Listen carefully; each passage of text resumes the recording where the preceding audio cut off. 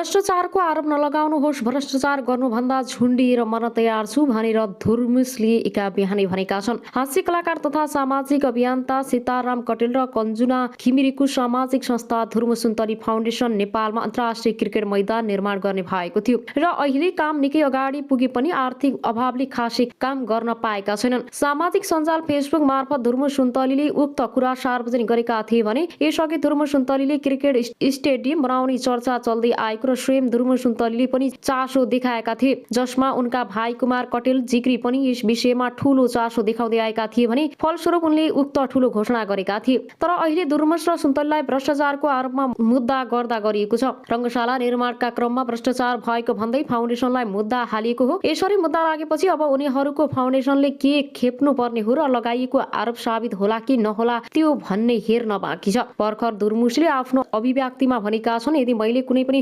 परियोजनामा त्रुटि कमी कमजोरी गरेको रहेछु र कहीँ अनियमितता गरेको रहेछु भने मलाई जे सजाय दिए पनि म भोग्न तयार छु। यदि कसैलाई केही कन्फ्युज हुन्छ भने म त्यही छु। रङ्गशालामा हामीले गरेको हिसाबले जो कोहीले पनि गर्न सक्नुहुनेछ, तर हामी मौन बस्यौं, यी कुराको हामीले खण्डन गरेनौं भन्दैमा यो भनेर कृपया कसैलाई अपिसा नलगाइदिनु होला। म विनम्रतापूर्वक अनुरोध गर्न चाहन्छु, रङ्गशाला बनोस्, सबै खेलाडीहरूको लागि होस् भनेर एउटा सहयोगी भूमिका निर्वाह गर्न अगाडि बढेको व्यक्ति मात्रै हो। हामी त्यस्तो कुनै ठूलो व्यक्ति होइनौं, त्यसरी लाग्या व्यक्ति हुँ, तर आज किन शिकार भइरहेछु यस्तो रे उस्तो रे भन्दै वास्तविकता के हो भन्ने कुरा हेर्नुपर्छ। अझै सबै कुरा हामी संस्थागत रूपमा सार्वजनिक गर्ने तयारीमा छौं, छिट्टै गर्नेछौं। अब आउनुहोस् अर्को समाचारतर्फ लागौं। जेठभित्र स्थानीय तहको चुनाव गर्न सत्तारूढ गठबन्धन तयार भएको छ। सत्तारूढ गठबन्धनमा रहेका दलहरू जेठ साताभित्र स्थानीय तहको निर्वाचन गर्न तयार भएका छन्। शनिबार साँझ प्रधानमन्त्रीको सरकारी निवास बालुवाटारमा बसेको सत्तारूढ गठबन्धनका शीर्ष नेताहरूले बैठकले जेठभित्रमा स्थानीय तहको निर्वाचन गर्न सरकारलाई सुझाव दिने निर्णय गरेको हो। बैठकमा सहभागी सञ्चालन तथा सूचना प्रविधि मन्त्री ज्ञानेन्द्र बहादुर कार्कीले जानकारी दिए। उनका अनुसार गठबन्धनको निर्णयपछि अब सरकारले निर्वाचन आयोगसँगको परामर्शमा स्थानीय तहको निर्वाचनको मिति तोक्नेछ। बैठकले स्थानीय तथा निर्वाचन ऐन 2073 संशोधन गर्ने पनि निर्णय गरेको छ। ऐनमा रहेको स्थानीय तहको जनप्रतिनिधिको कार्यक्रम सम्बन्धी व्यवस्था गर्ने नेपालको संविधानसँग बुझाएको भन्दै त्यसलाई संविधान सम्मत हुने गरी संशोधन गरी सहमति भएको गठबन्धनका एक नेताले बताएका छन्। सञ्चार मन्त्री कार्कीका अनुसार ऐन संशोधन गर्न आवश्यक भए त्यस्तो प्रक्रिया अघि बढाउन पनि बैठकले सरकारलाई सुझाव दिएको छ। यसअघि सत्तारूढ गठबन्धनमा स्थानीय तह निर्वाचन ऐन संशोधन गरी स्थानीय तहको निर्वाचन धकेल्ने विषयमा छलफल भएको थियो, तर गत बिहीबार प्रधानमन्त्री शेरबहादुर देउवासँगको भेटमा राष्ट्रपति विद्यादेवी भण्डारीले पनि स्थानीय निर्वाचन नसार्न आग्रह गरेकी थिइन्। अब आउनुहोस् अर्को समाचारतर्फ लागौं। गठबन्धनको अन्तर्घातले हारेका हेमराजलाई भेट्दा रोहिन जयन्ती राई। बुधबार राष्ट्रिय सभामा विजयी नेकपा एकीकृत समाजवादीकी नेत्री जयन्ती राई र पराजित हेमराज राई एकै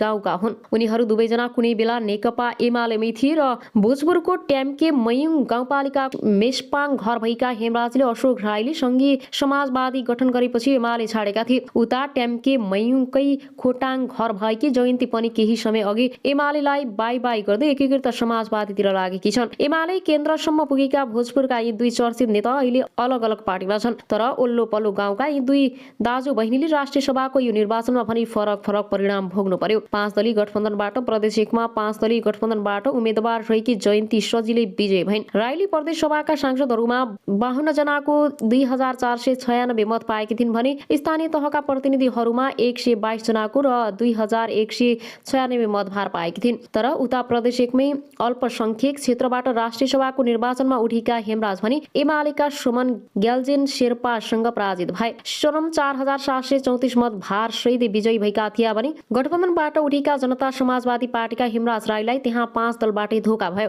प्रदेशतर्फ सोनमले 42 जना सांसदको 2016 मतभार ल्याउन सफल भएका थिए भने पराजित जसपाका हेमराज राईले 49 सांसदको 2352 मतभार ल्याए। राईले यो हारलाई आफ्नै व्यक्तित्वको कारण पनि भनेर चित्त बुझाएका छन् भने साथै प्रदेशमा सोनमले एमालेबाट एक्लै जित निकाल्दा पनि निराश भएनन् हेमराज। उनी जयन्तीलाई भेट्न शुक्रबार विराटनगर स्थित इस्टर्न स्टार होटल पुगे।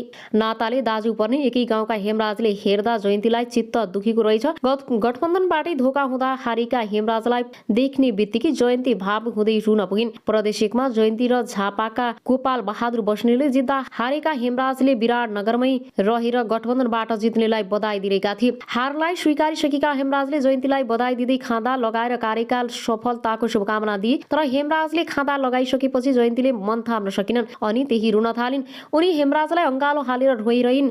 जयन्ती रोइरहँदा त्यहाँ उपस्थित एकीकृत समाजवादी र जनता समाजवादीका नेता कार्यकर्ता पनि भावुक भए। दुई दाजुबहिनी भेट्दा उनीहरूकै गाउँमा कार्यकर्ता पनि थिए। अब आउनु शहरको समाचारतर्फ रहेनन्। रङ्गकर्मी प्रचण्ड उपचार गर्दा गर्दै सिभिल अस्पतालमा निधन भएको छ। उपचारका क्रममा प्रचण्डको दुःखद निधन भएको छ भने वरिष्ठ रङ्गकर्मी प्रचण्ड मल्लको निधन भएको हो। केही समयदेखि श्वास प्रश्वासको समस्याबाट ग्रस्त रहेका 88 वर्षीय प्रचण्ड हुन्। मल्लको शुक्रबार उपचारका क्रममा काठमाडौँको सिभिल अस्पतालमा निधन भएको हो भने स्वास्थ्यमा थप समस्या भएपछि शुक्रबार दिउँसो 12 बजे अस्पताल पुर्याएकोमा 2 बजे निधन भएको कलाकार एवं नेपाल संगीत तथा नाटक प्रज्ञा प्रतिष्ठानका उपकुलपति हरिहर शर्माले जानकारी दिए। शर्माका अनुसार मल्लको शुक्रबार साँझ पशुपति आर्यघाटमा अन्तिम संस्कार गरिएको छ। मल्ल नेपाल संगीत तथा नाट्य प्रज्ञा प्रतिष्ठानका संस्थापक उपकुलपति हुन्। शर्माले मल्लको निधनसँगै रङ्गमञ्चले एक कुशल रङ्गकर्मी गुमाएको बताएको मल्लले थुप्रै नाटकको निर्देशन गरेका छन्। त्यस्तै उनले थुप्रै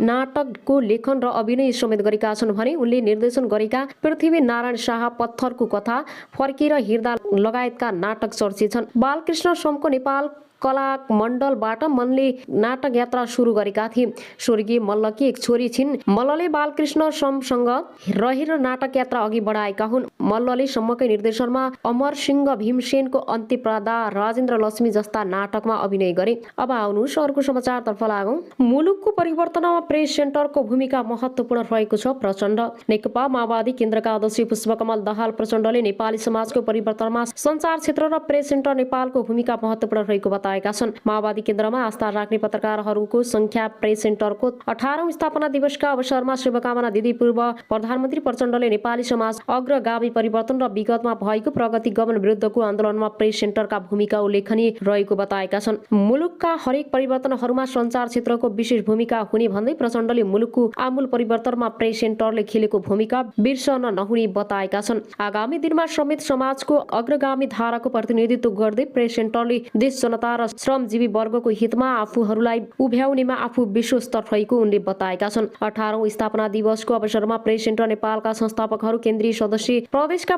पदाधिकारी तथा सदस्य, जिल्ला समन्वय समिति, प्रतिष्ठान एसोसिएसन विदेश शाखाका पदाधिकारी तथा सदस्यहरू, स्थानीय तहका पदाधिकारी तथा सदस्यहरू र सम्पूर्ण नेपाली श्रमजीवी पत्रकारहरूमा हार्दिक बधाई तथा शुभकामना व्यक्त गर्दछु। प्रचण्डले भनेका छन्, आगामी दिनमा पनि समाजको अग्रगामी धाराको प्रतिनिधित्व गर्दै प्रेस सेन्टरले देश जनता र श्रमजीवी वर्गको हितमा आफूहरूलाई उभाउने छ भन्ने विश्वास लिएको छु। अब आउनुहोस् अर्को समाचारतर्फ लागौं। वैशाखमै चुनाव भए पनि सामना गर्न तयार छु माधव कुमार नेपाल। नेकपा एकीकृत समाजवादीका अध्यक्ष माधव कुमार नेपालले स्थानीय तहको निर्वाचन वैशाखमै भए पनि सामना गर्न तयार रहेको बताएका छन्। शनिबार काठमाडौँ आयोजित पार्टी निजामती कर्मचारी संगठनको राष्ट्रिय भेलामा बोल्दै उनले आफूहरू चुनावसँग नडराएको बताएका छन्। चुनावसँग हामी आत्तिएका छैनौं। चुनाव यही वैशाखमै हुन्छ भन्ने पनि हामी सामना गर्न तयार छौं।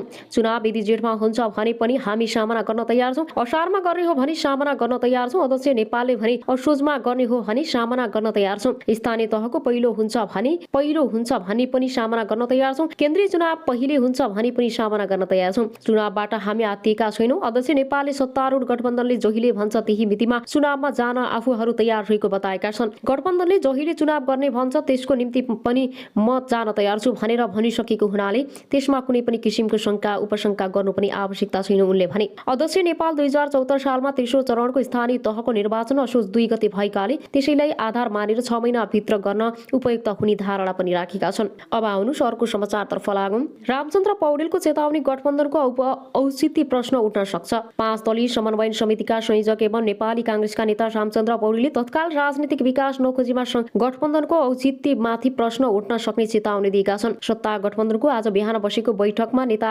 पौडेलले उक्त चेतावनी दिएका छन् भने संसद नचलेको सर्वोच्च अदालतमा गतिरोध कायम रहेको बेला व्यवस्थालाई नै असफलतातर्फ लैजाने प्रयास भइरहेको भन्दै पौडेलले सो साधारण राखेको बैठक स्रोतले बताएको छ। संसदबाट एउटा कानून पनि पास गराउन सक्ने अवस्थामा सरकार नरहेको भन्दै उनले भने अहिलेको राज्य व्यवस्था नै असफलतातर्फ लैजान प्रयासहरू क्रियाशील भइरहेको देखिन्छ। यस्तो अवस्थामा यो गठबन्धन गम्भीर नहुने हो भने, विकास नखोज्ने हो भने गठबन्धनको औचित्यमाथि प्रश्न पनि उठ्न सक्छ। भन्दै घनघोर लडाई, एकजनाको मृत्यु, 3 जना गम्भीर घाइते भएका छन्। कसैको विवाहमा जाँदा खाना मन परेन भने तपाईँ के गर्नुहुन्छ? खाना कम खानुहुन्छ वा अर्को खाना मगाउनुहुन्छ? हुन सक्छ तपाईँ खाना नै नखाएर फर्किन पनि सक्नुहुन्छ। तर राज्यमा जे भयो त्यो अलिक फरक छ। कुखुराको मासुसँग लिट्टी नदीको आरोपमा गोपालगञ्ज जिल्लाको उचाका गाउँथान क्षेत्रको नगर कटियामा लडाई भएको छ। उक्त लडाईमा 1 जनाको मृत्यु भएको छ भने जानकारी अनुसार 3 जना गम्भीर घाइते भएका छन्। मृतकको पहिचान राजेन्द्र सिंहका रूपमा भएको छ। उक्त घटनामा घाइते हुनेहरूमा राहुल कुमार सिंह र रिसु कुमार सिंह र रोहित कुमार सिंह रहेका छन्। सुरुमा उनीहरूलाई उपचारका लागि नेपालगञ्ज सदर अस्पतालको आपतकालीन कक्षामा भर्ना गरियो। त्यहाँ चिकित्सकहरूले प्राथमिक उपचारपछि